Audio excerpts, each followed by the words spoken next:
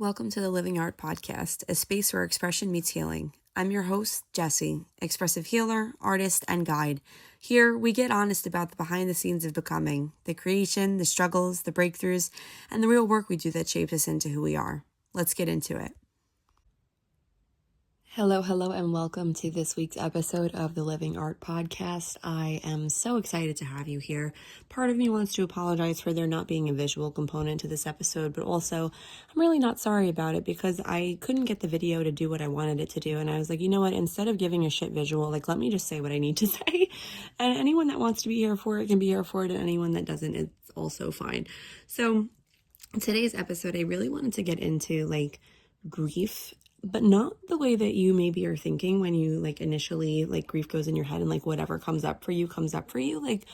I want to get into a lot more to it, and it's a very broad thing that I don't think we really consider because A, it's uncomfortable, and B, it's uncomfortable. I think that there is so much more that goes into grieving that we don't allow ourselves to explore, or that we have never had the opportunity to. I think many of us, when we think of grief off rip, we think of perhaps a loved one that we've lost, or we know somebody that lost somebody or had a pet perhaps, etc., right? But what about when you change and you now are grieving a part of yourself, or you have an experience where now you literally have to change the entire way you live, and you are now mourning a version of yourself that no longer exists. But we don't think about it like that oftentimes, right? Some of us do, but I think that it's a very important thing. In addition to that, we may also not consider, what happens when we expect things of people and they don't give us that. And that's something that we've put out for ourselves. I have a tattoo. It says expectation is the root of all heartache. And I believe that. I feel like we oftentimes put expectations on others. A, they don't know what's going on. That this expectation thing is happening between us and whomever else, but not the person the expectation is of, which I find rather interesting. But when these people now don't meet our expectations, oftentimes we get frustrated with the individual, but it's these expectations are only hurting us in the grand scheme of things, right? Because if this person doesn't know that something is being expected of them, right? And even if they do, we're going to say that they don't for this example.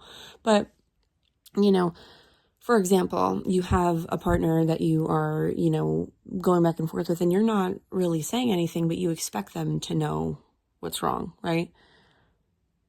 What are we doing?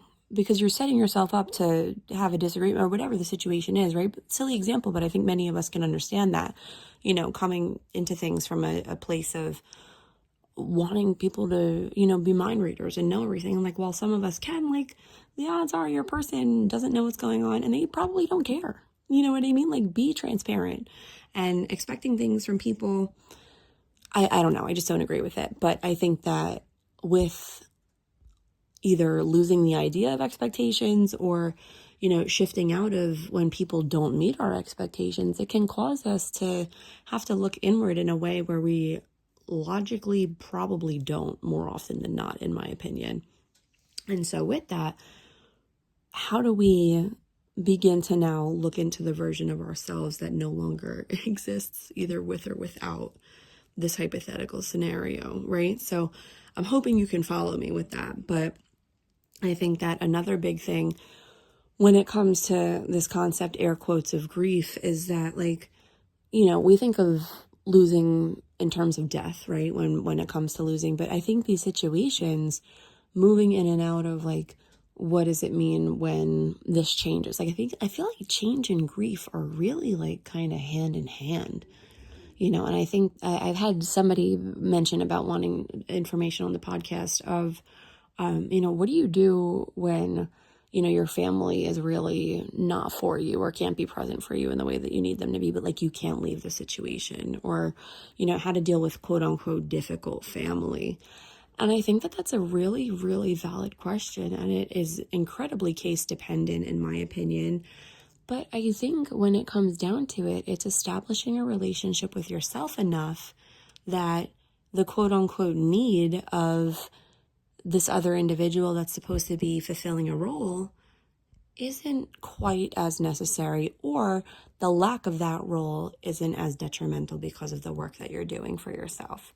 While this is a very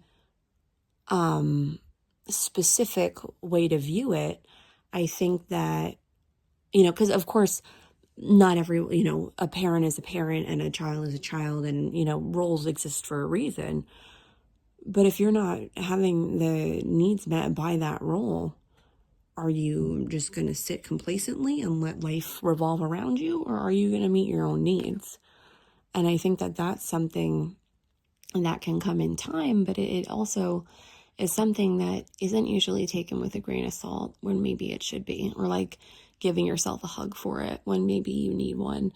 I feel like society pushes us so deeply into do it yourself, you can't do this, or the vice versa of you need to be dependent on someone, you can't do it all on your own. So it's like there are these polarities that come with perspective, and it's like, first of all, you don't have to do it all by yourself. Secondly, no one's going to do it all for you. So like, I kind of get it, because when you think about it from both of those ends, it's like, okay, well then what do I do? And the answer is you do what's best for you. How do I know? You don't until you do. And I think that that's the thing that societally we're kind of afraid of, is that what if I do it wrong? What if you do it wrong? Who decides what's wrong? I think that's a major consideration that we don't necessarily think about, is like, who determines anything? I mean, from something as simple as like the concept of time to calendars and all that, like who said? Like, yeah, it's there and we follow it, but it's because it's a general consensus that agrees to do it. If everyone woke up tomorrow and chose not to abide by time, I mean, who knows what would happen, but that would be something, right? Like there are all of these things that have become social constructs, and not to get political, but like gender, for example, has been something that's very prevalent lately, or any other political thing, it doesn't have to be, but you understand what I'm saying. Like there are so many of these things that were a certain way for a long time and have moved in and out, whatever, and like to each their own, but that's like society moves based on choice and like action and impact and ability and access and all of these things that are kind of interdependent depending on how it goes, so I just find it really interesting how people can be so willing to kind of shift the narrative to abide by someone else's code, and I'm all for, obviously we all have a point of reference and we're taught whatever, but there comes a time when you almost choose to be complacent or you don't, and I prefer not to be complacent. That's just my personal preference. And from the time I was a young girl, that's always been something that was kind of advocated for in my household. I was raised by a single mom and my sister. And it was always like, no one's going to do it for you. So I'm going to show you how I do it. And we're going to do it and be successful. And, I'm fortunate that I still have all the parts of my family, and like my dad is in a better, situation now than he once was. But, like the idea of, having your feminine and masculine as reference growing up, or who fills those roles if you don't have one, or, do you ever fill those roles? And what does that mean for you and your attachment style and the way that you perceive others as an adult, and how you end up becoming a parent? Should that be your path down the road? Like these are all things that should be considered, but I don't believe they are to the effect or in a way that's valued perhaps the way that it should be, especially when it comes to like the impact on future generations and whatnot. I feel like we're in a very decision happy time where, people do things in the here and now without future, or thinking about the future. Apologies if you can hear the train in the background, but I really think that we're in a time that it can surely make or break your personal experience to not have these considerations. Nonetheless, like do you want an impact? Because, like, are you doing anything that's going to leave your mark? You know, like, I feel like growing up, I'm 24, and I feel like growing up, my generation was very much like, what are you doing to contribute to the world long term? And I'm not sure that that's still a thing in terms of, like, how folks are being raised, which, like, it's not my business anyway, how folks are being raised, but I just think it's interesting because, like, I feel growing up there was such an emphasis on, like, your personal contribution to the grand scheme of things. And I think that now many have lost hope that there is a thing to contribute to. And while I do understand why folks might feel that way, I can't agree with that because, like, you have to choose to see the good in things. And I think that's a real, like, heavy duty statement. You have to choose to see the good in things. For example, it's a really, really torrentially shitty rainy day, let's say, right? And oh my gosh, I have to go to work in the rain, this, that. I get to go to work in the rain. We needed a reset. You know, everything, maybe all of our plants are dead and we really haven't had a good rain, and, like, the rain will help everything, you know, or maybe the rain changes your route where hypothetically you could have gotten in an accident in another, you know what I mean? Like, there are so many ways that you can find gratitude for something that's, like, potentially a situation. And, like, it doesn't have to be. Like, why do people think that things have to be gross? They don't. You know, I'm like, I'll be the first to let you know things don't have to be yuck all the time. You don't have to yuck people's yum. You can clap for people and it's not going to hurt you. Like, there is no reason not to be positive as much as you can, because there are times where you're guaranteed to be in the negative, right? God forbid something horrible happens, you know, you're not going to be screaming and jumping for joy. You know what I mean? So when you have the opportunity to choose to be having a good time, to choose to embrace your experience, to choose to lead with love and not act out of fear, and, you know, say no with love and yes with truth, and move authentically through your experience because it's what you want to do and because it's what makes you happy and provides you with a sense of fulfillment and, you know, makes you feel like you're being the best version of yourself and, you know, allows you to give yourself grace during hard times. Like, why not? Why are you giving yourself permission to sit in the shit? I think that's the real question. It's like, why are we so happily complacent? And it's different for everybody. But I do believe a lot of it is our upbringing. And, you know, I say upbringing in terms of, like, who we allow ourselves to be around. You know, they say you are what you surround yourself with. And I always found that interesting because I, you know, grew up around folks that would be considered troubled, and, like, personally wasn't troubled in the same ways that they would have been, but there were definitely overlaps when I look back and I'm like, wow, you know, like, I had this in common with that one, and I wouldn't have thought of that from a younger child mind, but I can see the parallels now. And, like, as an adult now, I've grown up with folks and placed myself around those who I would consider successful and have placed myself around those who I wouldn't consider successful. And, like, I feel better when I'm around the folks that I perceive to be successful. I don't feel as good when I surround myself with folks that I don't perceive to be successful, or, in fact, folks that I perceive to be chaotic. That's another thing. Like, growing up for me, growing up was chaotic. And because of that, as an adult now, I find comfort in chaos. So most recently, my inner work has been finding out a way to provide myself with constructive chaos versus destructive chaos, right? So, you know, partners that are horrible people, destructive chaos, you know, going through my day-to-day, getting bored, going to destructive chaos because I need to feel something, right? Who doesn't need to feel something? But in a spot where I wasn't able to provide myself that, or thought that I couldn't. Key thing, thought that I couldn't provide myself that, right? Because sometimes we're not operating from a conscious space. Sometimes we go into routine, and when we go into routine, oftentimes we go into like an instinctual, this is what I do. And instinctual, this is what I do, are our habits that we kind of form through our childhood into adulthood, whatever. Should we not choose to break a pattern, these become our routines, we'll call it, So long story short, destructive chaos was a big part of my life for a really long time. And up until recently, when I decided like, wait, no, constructive chaos is also a thing. And I've been operating in constructive chaos a good chunk of my life as well.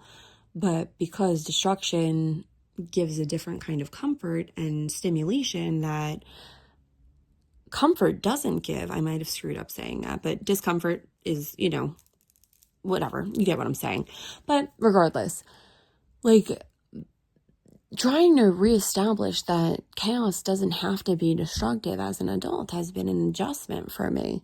I'm going through my life and I'm like, wait, why am I doing this? And if it's something that's out of fear or, from a small mindset of I'm not this, I'm not that, instead of, a constructive thing of I can, I will, I am, etc. I gave you the, destructive partner example, but an example of constructive chaos, like I am an intuitive. I read people. That's constructive chaos because you never know what's walking in the door. You never know how you're going to help somebody, but you always know that it's going to be something controlled to the best of your ability and like that's going to benefit somebody, right? Another example, I do spontaneous painting where I channel through my paintings, and again, constructive chaos. I'm making something, I don't know what it's going to be, but I know it's going to be good. I know that I'm going to be externalizing something, 2 examples. Let me see if I can think of one more. Another one is, constructive chaos in that when I feel the inkling to interact with some sort of, one more time if I can speak. Destructive chaos, right? If I feel like I need to start getting into destructive chaos, I'm not doing that. I'm taking this second to be like, hey, body, why do we want to do this? Because oftentimes it's not my mind. I find that my body is giving me some sort of like I'm not safe feeling. And then my mind's like, part of me doesn't feel safe. Let's go find comfort. And it's the destructive chaos. Ew. But if you give yourself that extra second of like, oh my God, and like have your little what the fuck freak out moment, because nobody wants to feel like the ick, for lack of a better term, that comes with being stuck and like the fear and yuck that comes with, you know what I mean? Like nobody wants that. But if you give yourself the grace to acknowledge like, hey, my body is giving me something, like maybe I should see what that is, instead of just like going straight to the action of, going and doing whatever your like bad vice thing is that you do when you're not well. Like there's a reason that we're jumping to these actions. And if we can pause for a second to say like, hey, where am I at with this that's making me want to move this way? It can make such a difference. It can really make such a difference. It can be the difference between, you going and doing that thing or you going and being constructive, making something, transmuting something from garbage to glory. Like there are so many opportunities that we have should we provide them to ourselves. And I think that that's really like the overarching idea that I'm trying to get at with this specific episode is like everything is a choice. And I don't know that we are brought up in a space collectively, like societally, that is enhancing our opportunities for that. But that doesn't mean that we can't make it for ourselves. I feel like we're in a very like, this is the deck of cards I was dealt. Gotta deal with it. Like, no, you don't. You can fucking burn those and build a whole new deck all by yourself. Literally by yourself with no assistance, should you choose to do so. The only limitations that you have are the expectations that you place on yourself and others. I think that's like the real roundabout of all of this. And it's like, I think it's super important that when we are starting to let go of like old mindsets and, old beliefs and these like limiting beliefs, especially, like you have to kind of put into perspective that like this is an old version of you and like you're allowed to let parts of you die. And it's the same thing as like when we, God forbid, lose a loved one, nothing is perfect all the time or ever really, but you usually don't take forward the garbage when someone passes. At least I really try not to do that. You look at the things that were good and the memories that you want to live on, right? So we can take this to our younger selves as well. We might not be happy with everything that they did, but like they were still there and had a good life, all things considered. Like you're here because of them. You might not have agreed with everything that they did, but you acknowledge that that's what they had to do or felt that they had to do at the time, right? They didn't have the same brain that you do now. So being able to sit with yourself and say, wow, younger me, like, I'm sorry or whatever. And like have these like discussions with yourself being like, holy moly, like I didn't realize all that you went through. And it's an interesting thing to always bring it back to your younger self. But I do believe that letting go of expectations that we had of our younger selves that we formed in adulthood, mind you, because as a child, you're going through and just living your life, right? These expectations come after when you get to compare. And it's funny that this is coming up again in my brain right now as I'm about to say, like, comparison is the thief of joy, because I said it earlier in a class that I was in, but it's really so prevalent, like we go about our childhoods and even in childhood, we're seeing who has what and who's got what shoes and, who is friends with the teacher, who does this, who does that, and it's like, what about you? What are we doing? Why is no one looking at me? And like that whole aspect of being seen as a child is so huge, so pivotal. But if you're not, and then now you're going to your adulthood and these are foundational things that now, okay, well, I was like that in my childhood. I don't want to be like this as an adult. They were like that in their childhood, but they're like this as an adult. Oh, oh, oh, la, la, la. Like, let's see who's this, who's that. What am I going to do based off of that? No, stop that. Because genuinely, like all you're doing is taking opportunity from yourself. And I don't think that's good. Personally, I don't. I think that it's yucky, and I think that you owe more to yourself to provide yourself the opportunity to get over it. You don't have to sit in the yuck of what once was. Like you are still here and listening to this right now, and like we're what, almost 23 minutes in, and like you are still here and listening. Like to be here with your ears, doing whatever you're doing, taking the time to listen to this and being able to say like, because if you're here, you're working on yourself. I don't care what you want to say about it. Like you stayed this long, like you have interest in doing something for yourself. So that's pretty damn cool. I really challenge you to think about the things that we're releasing and what you want to get rid of before the new year comes, because that's on the way too, and that's a whole other thing. But it's like, sometimes we really, really do have to shut doors in order for new ones to open. And when God closes the door, don't try to go through the window. That's something that I've done a multitude of times. And there's never a soft cushion on the other side of that window waiting for you, babe. I promise you, take it from me. Please, because it's shut for a reason. We don't have to find another way to try it. But that's neither here nor there. On that note, I'm going to wrap it up for today. Thank you so, so much for staying to the end. I so genuinely appreciate you listening to what I have to say. And if for whatever reason you want to talk to me about anything, please feel free to reach out to me. I am Jessie at livingart.jc on all social media, and I look forward to hearing from you and catching you on the next one.